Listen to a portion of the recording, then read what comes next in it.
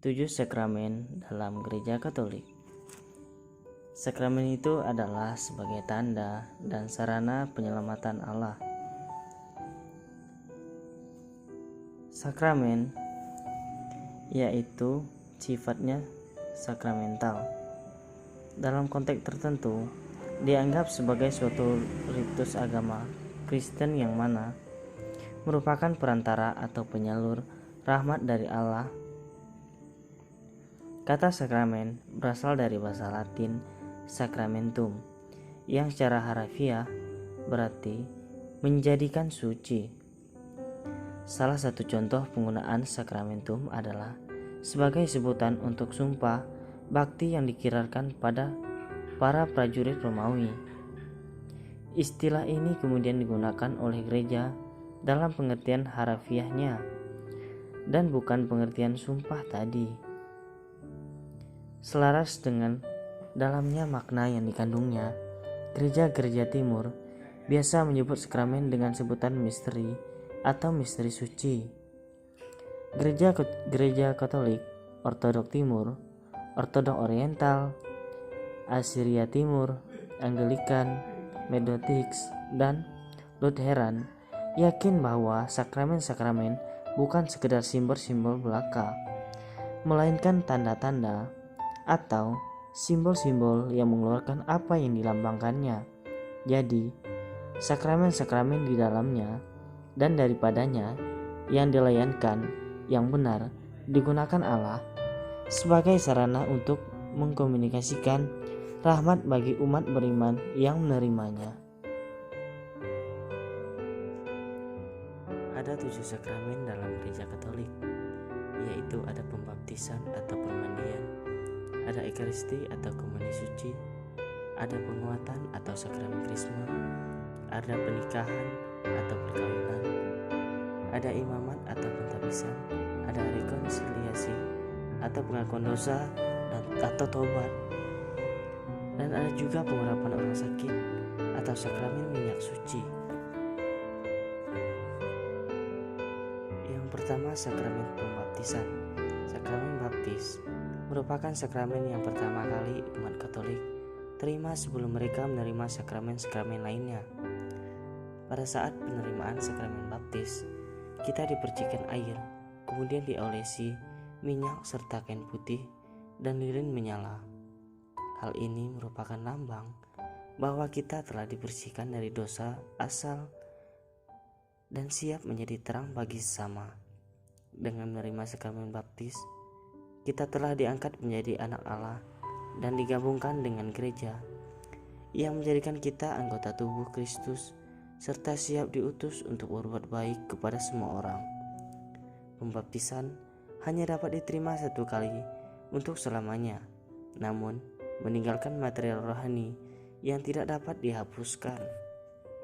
Yang kedua, sakramen ekaristi. Ekaristi merupakan penyempurnaan dari perjamuan Paskah Perjanjian Lama yang ditandai dengan kurban anak domba Allah yang membebaskan orang-orang Israel dari maut. Dalam ekaristi, Kristuslah anak domba Allah yang menjadi kurban untuk menghapus dosa-dosa kita. Dan karena itu, kita memasuki perjanjian baru yang membebaskan kita dari kematian kekal. Lalu yang ketiga adalah sakramen penguatan atau yang kita kenal dengan sakramen krisma. Di dalam sakramen krisma, umat Gereja Katolik menerima kepenuhan Roh Kudus yang menjadikan umat menjadi lebih dewasa secara rohani dan menjadikan saksi-saksi Kristus yang memiliki tanggung jawab besar. Seperti halnya dalam sakramen baptis, sakramen krisma juga dapat diterima sekali seumur hidup bagi semua orang. Yang keempat adalah sakramen pengakuan dosa atau sakramen taubat. Setiap orang pasti pernah berbuat dosa. Oleh karena itu, Bapa menganugerahkan kepada kita sakramen taubat atau pengakuan dosa. Pada sakramen ini, kita mengakui dosa-dosa kita kepada iman. Karena Yesus Kristus telah memberi kuasa kepada para iman untuk melepaskan umatnya dari desa setelah kebangkitannya.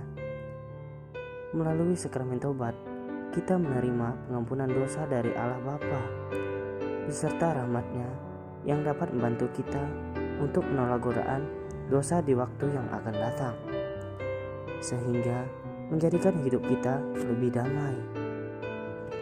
Yang kelima adalah sakramen pernikahan. Melalui sakramen pernikahan, Tuhan memberikan rahmat yang khusus kepada pasangan yang menikah untuk menghadapi bermacam tantangan yang mungkin timbul, terutama sehubung dengan membesarkan anak-anak dan mendidik mereka untuk menjadi para pengikut Kristus yang sejati. Dalam sakramen perkawinan, terdapat 3 pihak yang dilibatkan, yaitu mempelai pria, mempelai wanita, dan Allah sendiri. Tabisan atau imaman.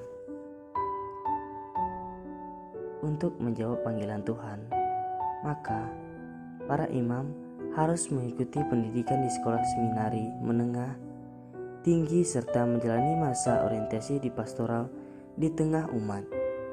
Setelah menyelesaikan tahapan pendidikan tersebut, maka mereka ditabiskan oleh uskup untuk menjadi seorang imam. Pada saat ditabiskan, itulah mereka menerima sakramen imaman dengan mengucapkan janji untuk taat kepada pemimpin gereja Katolik, untuk hidup miskin dan selibat, yaitu tidak menikah.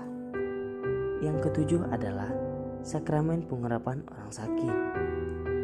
Alkitab mengatakan agar jika kita sakit, maka baiklah kita memanggil penentu gereja untuk mendoakan dan mengurapi kita dengan minyak di dalam nama Tuhan. Dan doa yang didoakan dengan iman ini akan menyelamatkan kita yang sakit dan mengampuni dosa kita. Oleh karena itu, sakramen pengharapan orang sakit ini tidak hanya dimasukkan untuk menguatkan kita di waktu sakit, tetapi juga untuk membersihkan jiwa kita dari dosa dan mempersiapkan kita untuk bertemu dengan Tuhan.